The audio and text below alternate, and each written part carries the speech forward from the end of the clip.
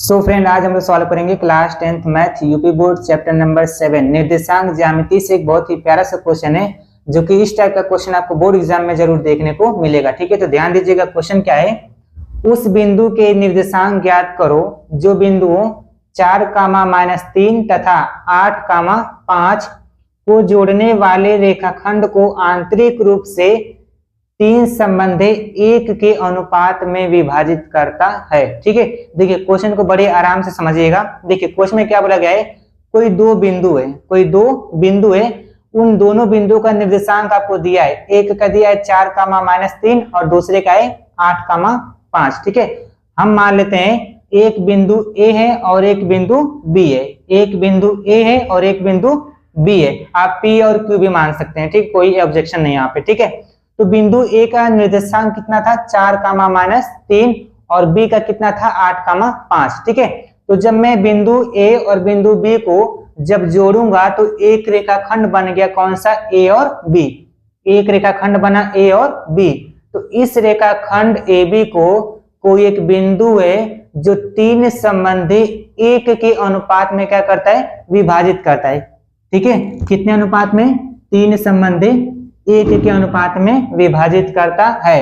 ये जो 3 है ये आपका m1 का मान हो गया और ये आपका m2 का मान हो गया। ठीक है, ध्यान दीजिएगा। हमने मान लिया यहाँ पर कि जो बिंदु P है, ठीक है, जो बिंदु P है वो रेखाखंड A और B को 3 संबंधी 1 के अनुपात में विभाजित करता है। ठीक है, देखिए क्वेश्चन को सॉल्व कैसे करते हैं यहाँ पे। ठीक है, देखिएगा। माना बिंदु P और जो बिंदु P का निर्देशांक होगा वो क्या होगा, x, y होगा। ठीक है, तो माना बिंदु P रेखाखंड AB को 3 संबंधी 1 के अनुपात में अंतः विभाजित करता है। ठीक, उसके बाद देखिएगा जो बिंदु A का निर्देशांक था ना उसको मैंने क्या माना था, x1 और y1 मान लिया। ठीक है, मैंने क्या मान लिया, x1 और y1। तो x1 का मान 4 हो गया और y1 का मान कितना हो गया, -3 हो गया। ठीक, और जो बिंदु B के निर्देशांक थे उसको मैंने x2 और y2 माना है।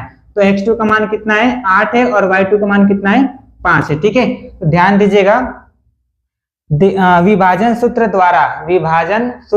द्वारा हम लोग बिंदु P के निर्देशांक ज्ञात करेंगे। ठीक है, तो विभाजन सूत्र क्या होता है आपको याद होना चाहिए। विभाजन सूत्र क्या होता है, देखिएगा, m1 x2 plus m2 x1 upon में m1 प्लस m2। इसको सॉल्व करेंगे तो केवल x का मान आएगा। ठीक, उसके बाद देखिए m1 y2 plus m2 y1 और अपॉन में m1 प्लस m2। ठीक है, इसको सॉल्व करने पर x का मान आएगा, इसको सॉल्व करेंगे तो y का मान आएगा। ठीक है, अब देखिए वैल्यू पुट करते हैं यहाँ पे।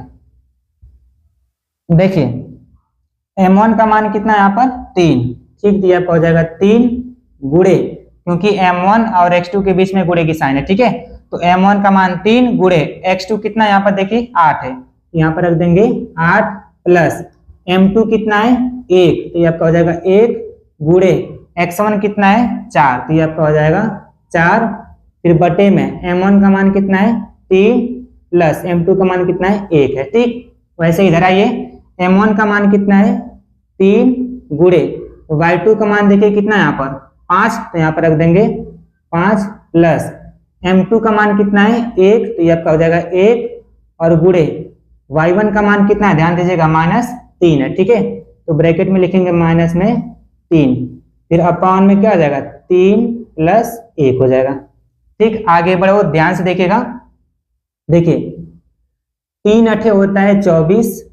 ठीक, अब प्लस 4 एक कम होता है 4, अब बटे में 3 और 1 जोड़ जाएगा तो 4 हो जाएगा। ठीक, फिर आइए यहाँ पर 3 5 कितना हो जाएगा 15, ये प्लस और यहाँ पर माइनस, तो प्लस माइनस 3 एक कम 3 और बटे में कितना है 4 हो जाएगा। ठीक है, 3 और 1 4 हो गया। ठीक, अब देखिए एक स्टेप और यहाँ पे सॉल्व करते हैं। यहाँ पे देखिएगा 24 और ये 4 कितना हो गया 28 और बटे में कितना है 4 है। ठीक है, 15 से 3 गया 12 और बटे में कितना है 4 है। ठीक है, आगे मैं यहाँ पे सॉल्व करता हूँ। देखिएगा 28 को जब 4 से भाग करेंगे तो बताइए कितना आएगा, 7 आएगा ना, और जब 12 में 4 से भाग करेंगे तो कितना आएगा, 3 आएगा। ठीक है, यानी कि बिंदु P के जो निर्देशांक है वो क्या है 7,3 है, यानी कि x का मान 7 है और y का मान 3 है।